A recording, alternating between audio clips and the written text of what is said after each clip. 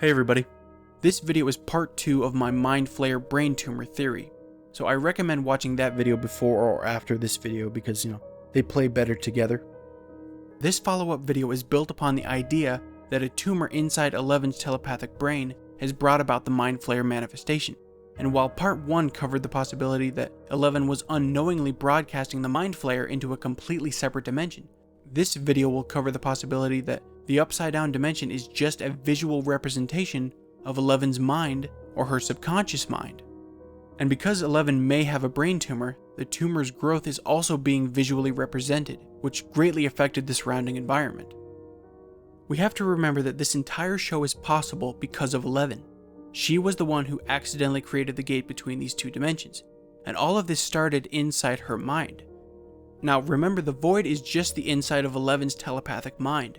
She typically uses this space to hone in on people around the world based on their photograph, but she found the Demogorgon based on nothing but the sound of a roar. And how did she do that? You could really argue that she never actually went anywhere when she honed in on the Demogorgon, and unknowingly found something hiding inside her own mind. What if the Demogorgon was just a mental representation of Eleven's brain tumor, as if her subconscious mind was trying to warn her of this hidden threat feeding on her power? Now let's break down the evidence that suggests that the Upside Down could exist inside Eleven's mind. In almost every Upside Down scene, you will hear a continuous low groan or growl, and if you listen closely, it even sounds like a gigantic monster is breathing nearby, but we never see it. These noises are easiest to hear in any scene involving a portal, typically the main portal in Hawkins' lab.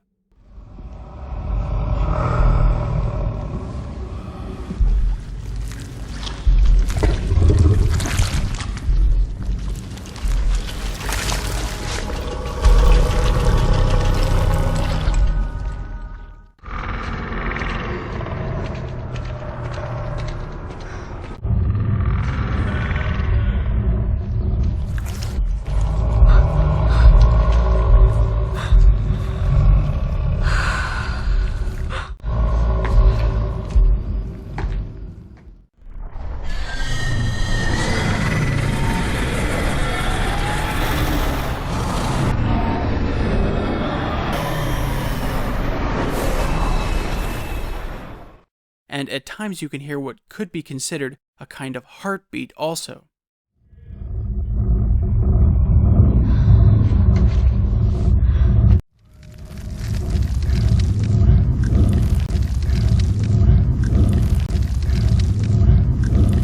These background noises are so prevalent in the Upside Down, despite the fact that there seems to be no origin for these noises.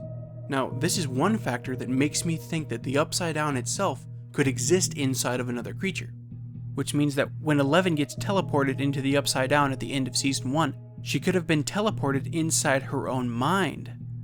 Now just look at how the Upside Down background noises seem to match Eleven's actions in this clip.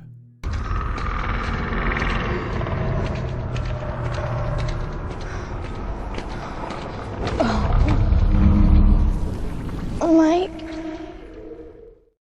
Now all of this is occurring while Eleven is dealing with a kind of groggy-like dizzy spell.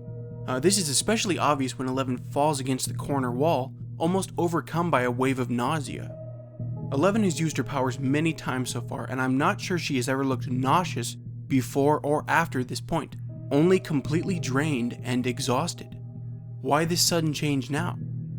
Why exactly she is so dizzy at this moment is anyone's guess, but it could be a side effect of being inside her own mind. But regardless of the cause, it can't be denied that both Eleven and this Upside Down groan appear to be experiencing the same feeling at the same time, causing them to react in similar ways simultaneously.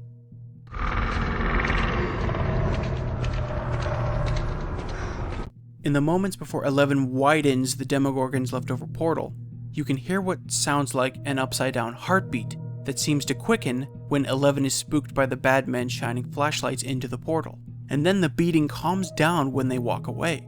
And I think it could have been a clue to the fact that the noises we hear in the Upside Down are the noises inside of Eleven's own body.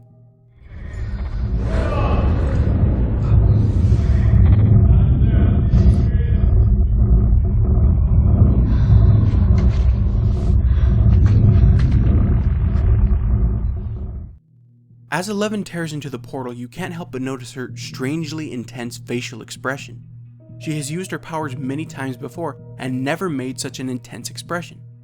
Now, when I consider this theory, I'm forced to ask why she is making this face at this point, and I realized that the reason is because she is in pain.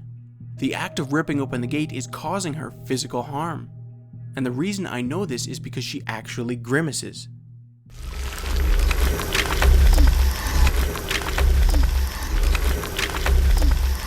She actually winces in that moment. The more I watch it, the more I'm convinced that this grunt is not an indicator of extra effort, but a reaction to physical pain. Her nose flares, her shoulders jolt, and she grunts, indicating a brief, sharp pain. It's the act of ripping open the portal that is causing this pain to build until she strikes a nerve, which causes her to wince. Now, if hurting the gate also hurts 11, then I don't know how you can draw any other conclusion than the tissue she is ripping is actually her own. Now, why exactly is 11 even able to manipulate these portal openings? I know she opened the first portal that she later closes, but if this was purely a case of accidental dimensional merging, surely she wouldn't have the ability to close it with simple telekinesis. I mean, she could maybe push all the vines back inside of it, but the gate itself would remain, would it not? I could never really figure out why every portal is red. I mean, everything in the Upside Down is blue and cold, but red is the color of warmth.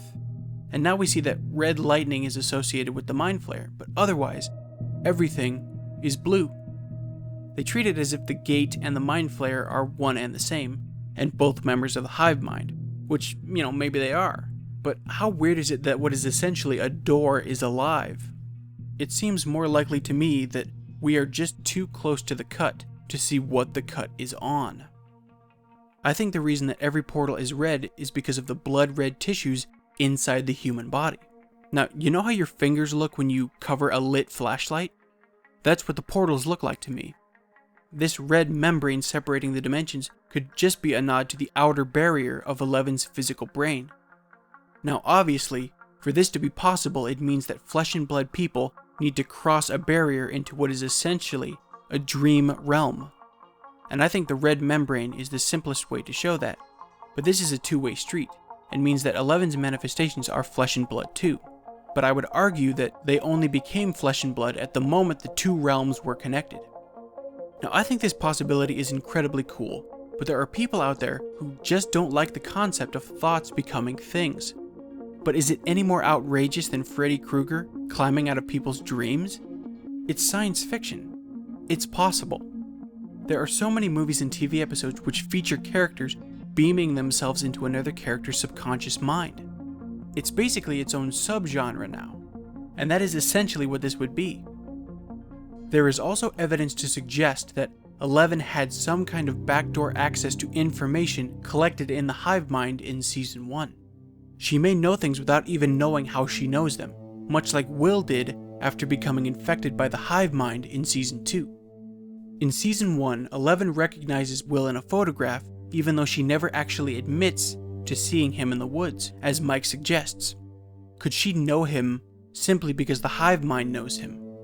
She also seems to recognize Barb as she looks at Nancy's pictures, and she even looks sad while doing it.